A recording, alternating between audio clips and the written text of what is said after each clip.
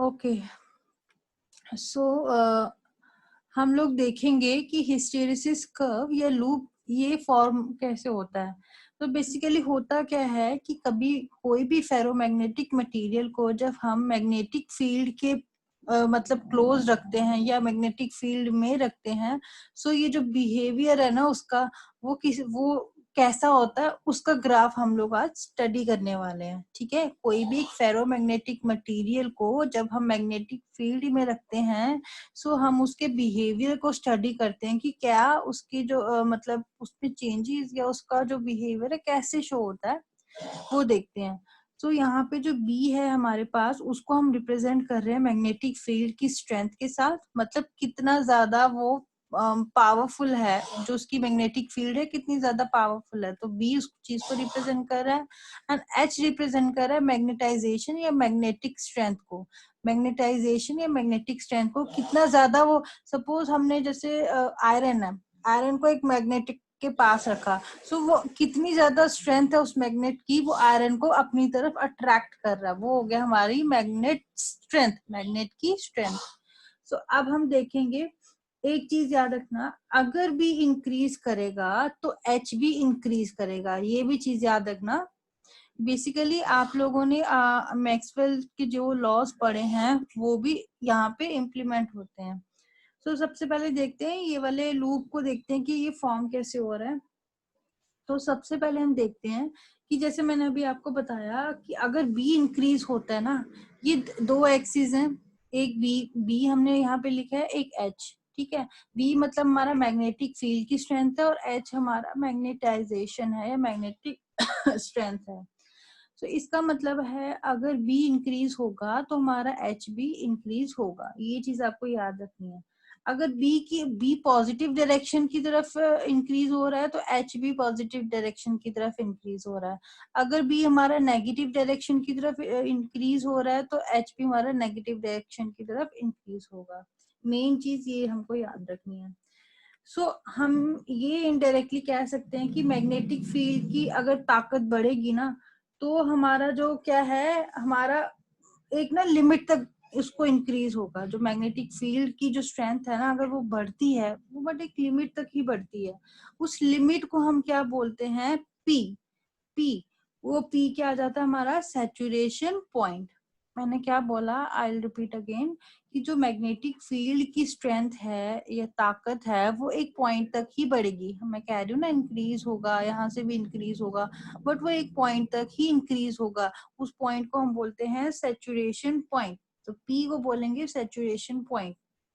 उसके बाद आप देखो, हमारे पास मैंने ये डिफरेंट डिफरेंट पॉइंट्स लिखे हुए हैं, ये डिफरेंट डिफरेंट पॉइंट्स लिखे हैं। ये देखो S T U P Q R. अब मैं इन पॉइंट्स के बारे में आपको थोड़ा थोड़ा बताऊंगी ये क्या चीज है।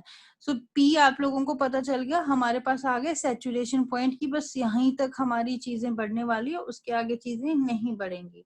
ठीक है, अब नेक्स्ट आप देखो आपके पास क्या आ जाएगा कि हमारे पास नेक्स्ट पॉइंट आ रहा है कि ओ आर। देखो ओ आर, सॉरी यहाँ पे ना मैं ओ लगाना भूल गई। यू कैन अंडरस्टैंड, आप लोग please kindly mark the O here. यहाँ पे ओ है, मतलब ये जो मिड पॉइंट है एक्सिस के बीच का, ओ ओ बोल रहे हैं हम इसको। सो ये ओ है। अब ओ से आर, ये वाला पॉइंट हम देख रहे हैं, ओ से आर इस तरीके का जो भी हमारे पास इस तरीके से आ रहा है ना, इसको बोलते हैं हम कोरिसिविटी। कोरिसिविटी इसका मतलब क्या है वो समझते हैं पहले। जैसे मैग्नेट को मैग्नेटिक फील्ड में रखा तो मैग्नेटिक फील्ड अप्लाई करते जा रहे हैं हम लोग। ठीक है, मैग्नेट को मैग्नेटिक फील्ड में रखा तो हम लोग क्या करें, मैग्नेटिक फील्ड अप्लाई करते जा रहे हैं।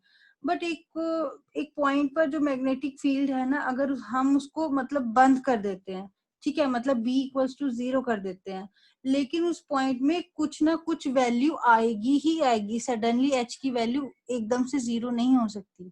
सपोज हमने एक मटेरियल को मैग्नेटिक फील्ड में रखा, उसके बाद हम उसको मैग्नेटिक मतलब मैग्नेटिक फील्ड प्रोवाइड करते जा रहे हैं, करते जा रहे हैं, करते जा रहे हैं, लेकिन क्या होता है, हम सडनली जो फील्ड है बी इक्वल्स टू 0 कर देते हैं।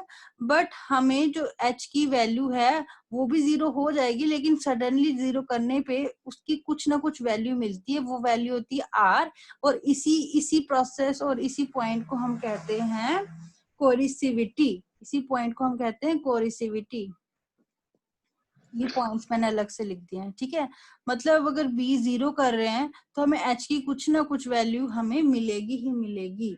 सो नेक्स्ट है हमारे पास OQ, मीन्स OQ, इस तरीके से। इसका मतलब क्या है, सेम चीज है कि जब मैग्नेटिक फील्ड में मतलब हम रखते हैं तो हम कंटिन्यूसली प्रोवाइड कर रहे हैं, और अब हम h की वैल्यू कर रहे हैं 0।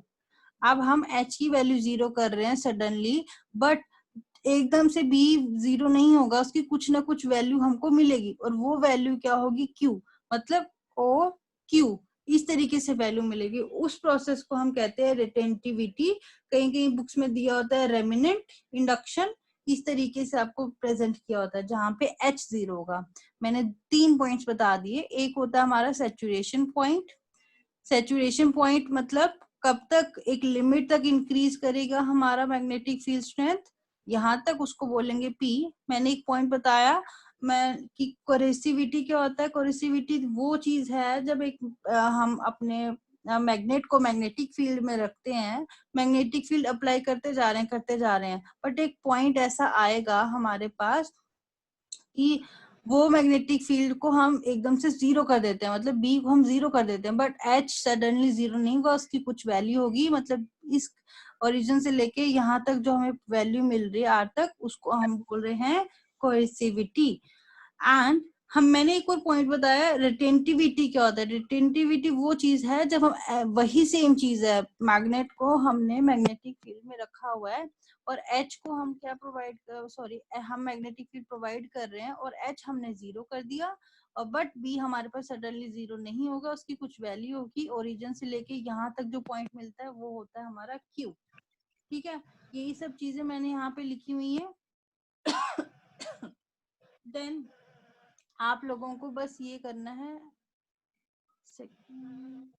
ओके, आप लोगों को बस यहाँ पे थोड़ी सी चीजें एक्सप्लेन करके लिखनी है। ये आपका जो मैं आपका नेक्स्ट टॉपिक करवाऊंगी उसके साथ ये चीज थोड़ी सी अटैच्ड है, तभी मैंने समझाया ये। इस कर्व को हम बोलते हैं। फिर क्या होता है, ये सब चीजें जब हम करते हैं ना, ये सब चीजें, इन सब चीजों को ज्वाइन करने पे हमारे पास क्या मिलता है, एक हिस्टेरेसिस लूप। अब T और U कैसे आया, मैंने ये पॉजिटिव वाला समझाया आपको ग्राफ कि ऊपर से अगर हम 0 कर देंगे, या फिर इस साइड से 0। ऑन द सेम बेसिस अगर हम नेगेटिव साइड में चीजों को इंक्रीज या फिर मैग्नेटिक फील्ड प्रोवाइड कर रहे हैं, तो टी और यू पॉइंट्स आएंगे। जैसे हमने आर और क्यू पॉइंट्स को देखा, वैसे ही टी और यू पॉइंट्स आएंगे। इन सारे पॉइंट्स को ज्वाइन करने पे हमारे पास क्या मिलेगा, ऐसा लूप मिल रहा है। ये स्नेक टाइप लूप है ना, इसको बोलते हैं हिस्टेरिसिस लूप, या ये कर्व मिलता है इसलिए इसको बोलते हैं, इसलिए हिस्टेरिसिस कर्व। लूप इसलिए बोलते हैं क्योंकि ये जो साइक्लिक इन नेचर है, मीन्स ये बार बार ऐसे ही रिपीट होता जाएगा। अगर आप देखोगे इसको ध्यान से, ये वापस ऐसा ही होता जाएगा। मतलब अगेन जब हम चीजें इसको ऐसे कंटिन्यूसली प्रोवाइड करेंगे तो इसका बिहेवियर सेम रहेगा, इसलिए इसको साइक्लिक इन नेचर भी कहा जाता है। एक और चीज याद रखो, अब ये जो लूप बन गया, इस लूप में अगर मैं ऐसे ड्रॉ कर दूं तो ये कुछ इसका एरिया बन जाएगा, मतलब ये कुछ एरिया आएगा लूप का।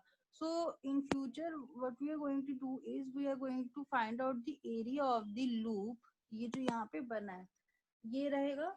और एक और चीज है, एक पॉइंट है कि डिफरेंट फेरोमैग्नेटिक मटेरियल्स जो होते हैं ना, उनका हिस्टेरिसिस लूप क्या करता है, वेरी करता है साइज में भी, शेप में।